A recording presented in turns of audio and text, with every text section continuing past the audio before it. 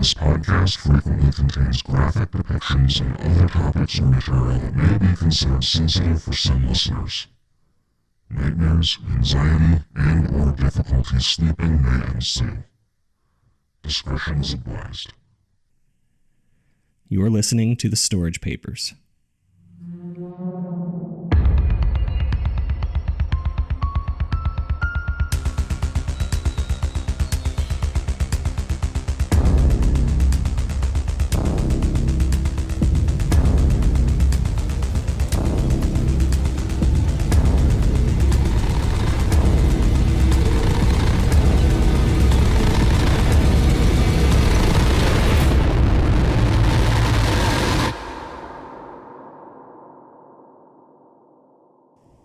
Episode 24, A Nightmare on Redwood Avenue.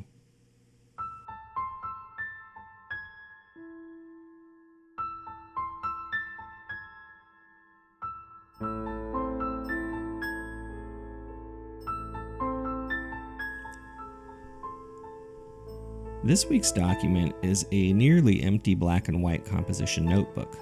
Only the first 20 pages or so have any writing in them at all.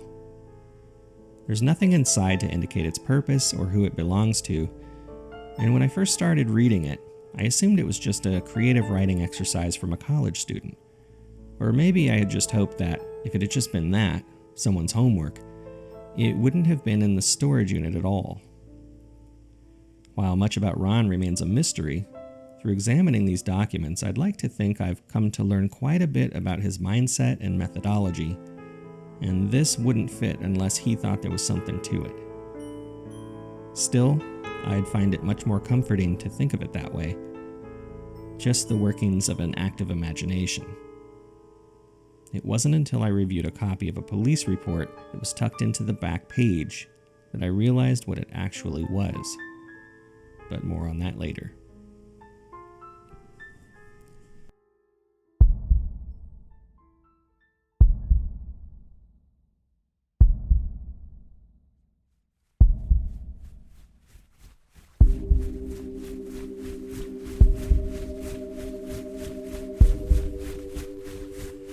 I'm running. Every night. It's the first thing I know. My legs are a blur, and my chest burns as I try to inhale more oxygen than my lungs can hold. I'm only vaguely aware of the burn, though. Just like I realize my legs are beginning to feel rubbery, and I'm on the cusp of misplacing my foot into a twisted ankle. But that's not what's on my mind. What keeps me placing each foot further into the unknown is what's behind me. At least I hope they're behind me. I don't dare look back, though. I can't. Taking any ounce of attention away from the task at hand, even for a split second, could spell the end for me. I know this to be more true than any religion or creed, so I keep running. I see a white light in the distance, just like I did last night, and the night before. And every night as far back as I can remember since I was a child in a life that seems like a faraway dream. But I keep running. Maybe this time will be different. Although it seems impossible to hear anything over my gasping breath or pounding heart, I hear something that's not quite footsteps. It more closely resembles a waterfall, or a crashing wave, as that's more similar to what's actually there. It's like a tidal wave of darkness, ready to overtake me and suck me out into a sea of, I don't know. I don't want to know. And if I can make it to the light, maybe I won't have to know. I can see that there are actually multiple lights. I risk a glance at my surroundings as I press on. There's a thick scape of trees to either side, and overhead gnarled branches block out the moonless sky, all working together to create a fog of varying shades of gray and black around me. They could be running beside me, or even ahead of me, waiting for me to emerge from the woods to reveal that there was never any escape to begin with. But I know for certain they're behind me, so I keep running. I break past the woods and see that I'm in a small town now. I know this place. I don't know why, but it's instantly familiar. I don't have time to think about it though. I can't keep running. Not now anyways. I have to stop. I need time for the burn to go away so I can make another break for it. Without pausing as the ground changes from whitened dead grass flat against the dirt to the hard black pavement of a small street, I turn left at the first intersection and glance back at the woods. They haven't emerged from the tree line yet. Thank God for small miracles. Every house has an open door. Every house except one. I haven't seen it yet, but I know it's there. I continue down the street as it bends right and without hesitation run into the 8th house on the left. I haven't been in this one before. The black door, like almost all the others, is open, but that's the only way I can get in. Knowing the outcome before I try, I yank at the door handle in vain. It won't budge. It never will. After pulling with all the strength in me and making no progress, I pause. I can hear sound in the distance. An almost bassy squeaking like wet glass is being rubbed. The sound cuts through the night air. I have to hide, closed door or not. I walk past the entryway and further into the house, stepping as quickly and quietly as I can. But I feel like each step on the white tile floor creates a thunderous echo. Entering the kitchen, I see another open door. An unfurnished wooden staircase leads down into darkness. I hesitate, looking around for better options. I see a large chef knife laying on the gray marble counter and try to pick it up. It's like trying to lift a 2-ton brick. I know it is futile. I turn back to the basement door and reluctantly enter. Every step creaks and groans under my weight, as if protesting an intruder. There's no light down here, and I can just make out 2 more doors at the far end of the barren room by the faint light of the kitchen. I just took a step towards these rooms when the kitchen light flickers, and I freeze. My time is up.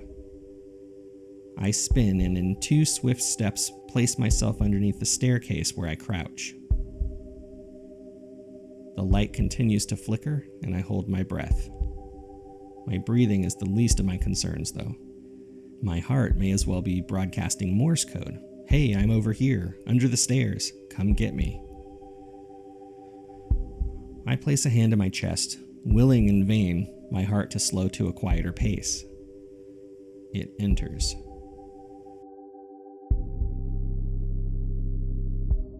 There is no squeaking of steps.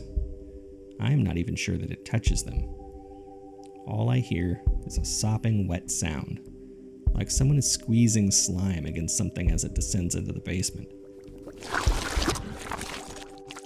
I see its vague, dark form between strobes of the light. I can feel its presence suck the air from my lungs and turn my fingertips to ice.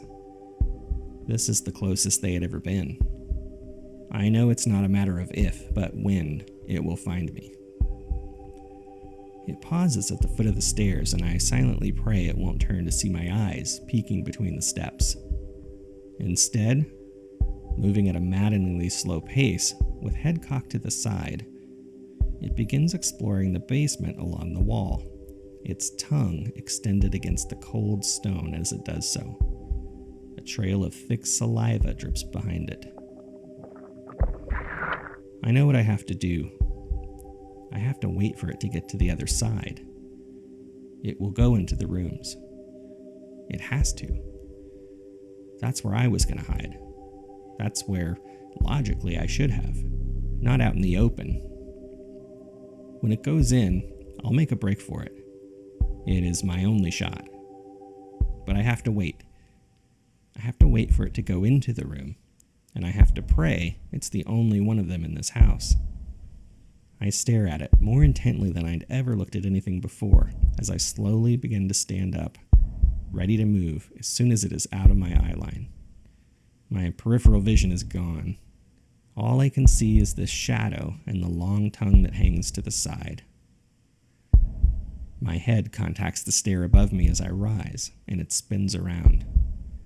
I see its eyes.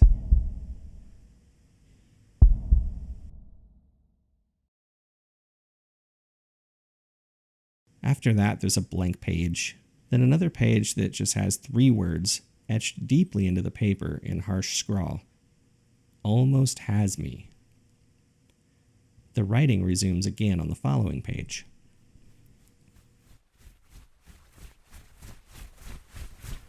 I'm running. The town is behind me now, but it won't be for long. The lights already offer no illumination to the brush that flies past me. I'm in the woods again. I don't know how I made it last night. It must have turned into morning when our eyes met. It's the only thing that makes sense, but here I am. I'm not sure how I've been able to keep this up. Every day I'm exhausted, and for what? To do it all over again the next night? I can't do this anymore. But my feet kept moving. I see the white light. I know if I can keep up this pace, the light will splinter off into more lights, and then a small town will form. If I don't, the darkness will overtake me. I keep running. I once again emerge from the black mouth of the woods and feel the texture between my feet change from earth to hard pavement that sends shockwaves up my bones with each pounding step. I turn left at the first intersection and look back to the tree line, where what appears to be a black mist is emerging. They're moving faster tonight. I continue running down the street, knowing instantly exactly where I am. But why? Why is this place so familiar? I can't go back into the same house as last night. They'll know. I have to find somewhere else to hide as I recover. Somewhere to last the night. But I've been in almost every house by now.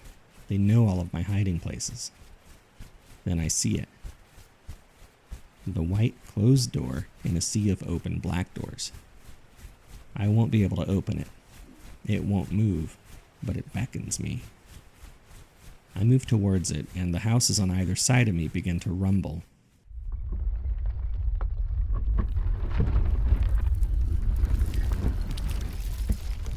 Then, one by one, they collapse as the ground shifts.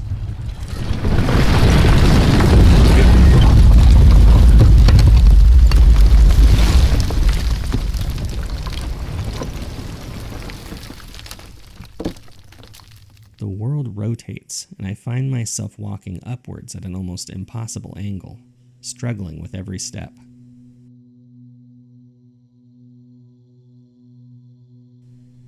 I see every structure around me fall and emit a cloud of black dust in their wake. I drop to my hands and knees, beginning to crawl. I look at the white door before me, seeming to grow even further away. It suddenly occurs to me. I realize what this is now, why I know this place. This is where I grew up. Nobody had believed the stories I told of monsters licking their way through town. My dad told me it was just a bad dream. Maybe it was. Or maybe this is just where the monsters lived.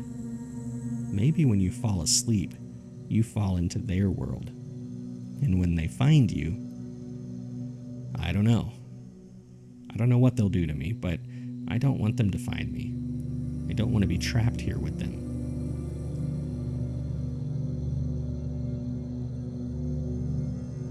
The earth on either side of the road begins to fall away silently. This won't slow them down, though. I don't have to look to know. For every inch I crawl, they've easily glided a foot.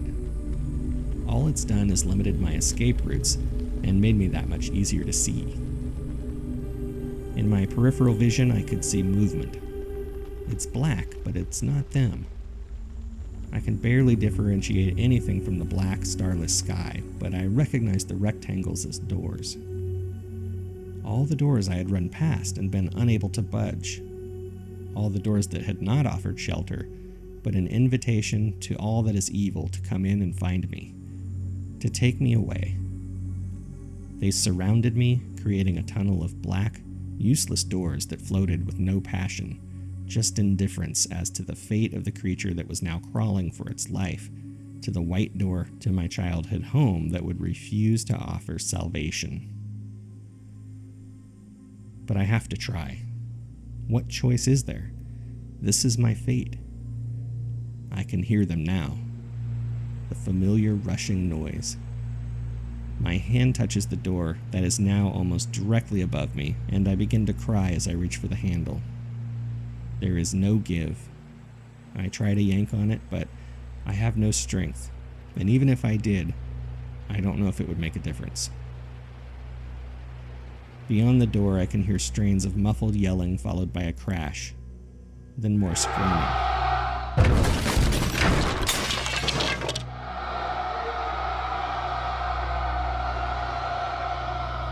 I slowly, with great effort, turn and rest my back against the closed white door.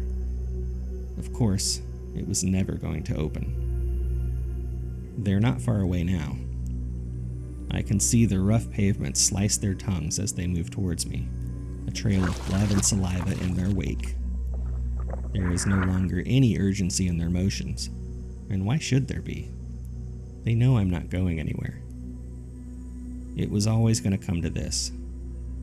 The white door, the only place in the world that offers protection, it would never allow me in.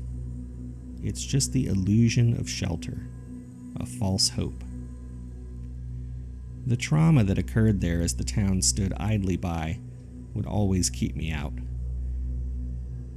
Everyone had heard my pleas for rescue, but here we are, finally resting for a moment against the closed door. Maybe if I'm still here tomorrow, I can find a way to bring some matches or something into this world. I don't know how that would work, but this door and everything behind it offers nothing to me. I don't need to remind myself of it anymore. It won't save me. It never made me stronger despite what I wanted to believe. And thanks to these creatures growing ever closer, it certainly won't have the chance to kill me. It doesn't belong here. It has to go. I may be running out of time, and I may never escape this place. But for these last few moments that I have, I can take back everything that was stolen as a child. I can finally move forward, even if it's into the darkness of this world. At least I will be moving away from this door. The air around me is now being warmed by their hot breath as the last few feet are removed from between us. Even if, by some miracle, it turns to morning before I feel their tongues on my skin, they are mere inches away, and there's no chance at all of making it through another night. They have me. They finally have me.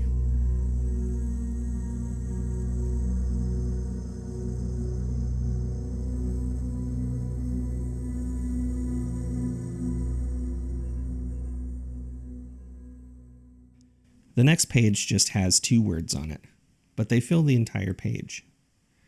Tomorrow night. The rest of the pages are blank. I double-checked to make sure I wasn't missing anything. That's when I found the copy of the police report tucked in between the last page and the back cover that unfortunately shed some light on what I'd just read. Officer Daniels and Hears entered the apartment at approximately 10:30 a.m., responding to a request for a wellness check from a resident's employer due to multiple absences from work and seeming to display paranoid behavior that had been growing worse recently. The resident was found in bed, unresponsive to stimuli. There did not appear to be any drug use involved aside from a prescription sleep aid on the nightstand next to a notebook. The notebook appeared nonsensical. However, when contacting the doctor who'd written the prescription, he stated that the resident had been experiencing regular nightmares and, aside from the sleep aid, had recently begun a dream journal to analyze what happened in their mind every night. The doctor confirmed that the amount of pills remaining indicated the resident had been taking them as prescribed. The tox screen confirmed this, ruling out an overdose as the cause for the comatose state. The door was locked and foul play is not suspected. This is a medical matter clearly requiring no intervention from law enforcement. Due to this, the case is being closed.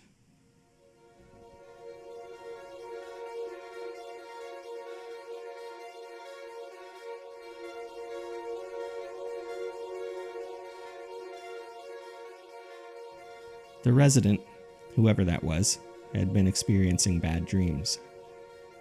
From the sound of things, this had been going on for a long time.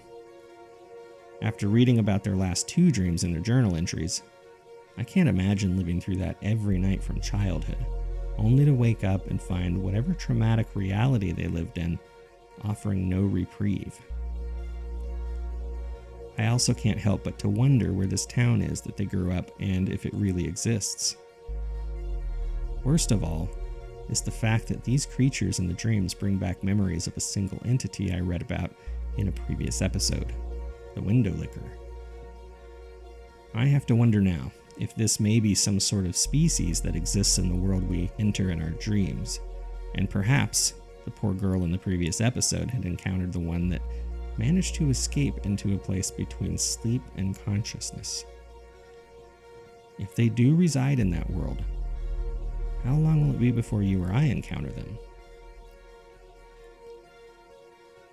There's still much science hasn't told us about those who fall into a comatose state.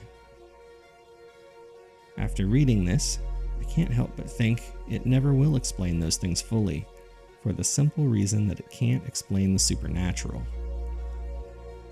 Either way, before I fall asleep tonight, I'm going to try to make my peace with, I'm not sure, myself, someone, the universe. I'd encourage you all to do the same. You just can't ever be sure that you won't encounter something uninvited in your dreams, or someplace in between. Thank you for listening to The Storage Papers. Please visit our website at thestoragepapers.com, where you can find all of the latest information about the show, including our social media accounts and various other ways you can connect with us. This episode was written by Nathan Lunsford and performed by Jeremy Enfinger. Special thanks to Nathan Lunsford for web design and episode art. Sound effects and music by Zapsplat. Episode music by Cody Ditzenberger. Additional episode music by Kevin McLeod at incomptech.com, licensed under Creative Commons by Attribution 3.0. I'll be back very soon with another case file for you.